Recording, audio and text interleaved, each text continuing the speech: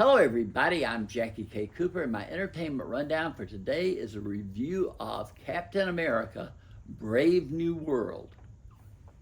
This film, Chris Evans, Captain America, he's dead. And we have a character named Sam. He was in the Captain America movies. He was the sidekick. He could fly, and he's now called Captain America. At least people around him call him that. But then he works for the president, played by Harrison Ford. They've got some bad blood between them, but they decide for the good of the country, they're going to work together. Anthony Mackie plays Sam. He has a sidekick played by Danny Ramirez, who also has wings and can fly.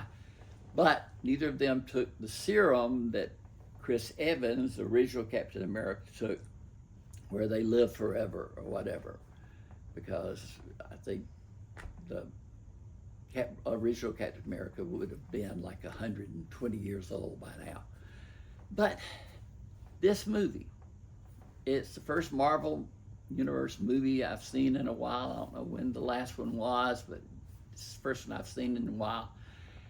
And it's just too much of the same old, same old. If you're gonna take a hiatus and then come back with a punch, and this movie just doesn't have that much of a punch.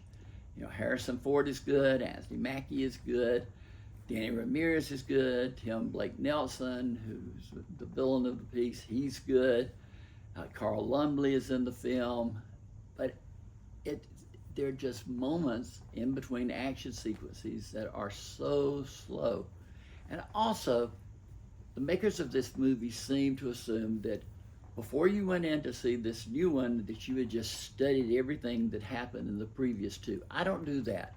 You know, I see too many movies. When a movie's over with, in a lot of ways, it's over with. Even if I enjoyed it, I don't have the details, and I don't study the details of, you know, what happened to the former Captain America and who the new guy is who's Captain America.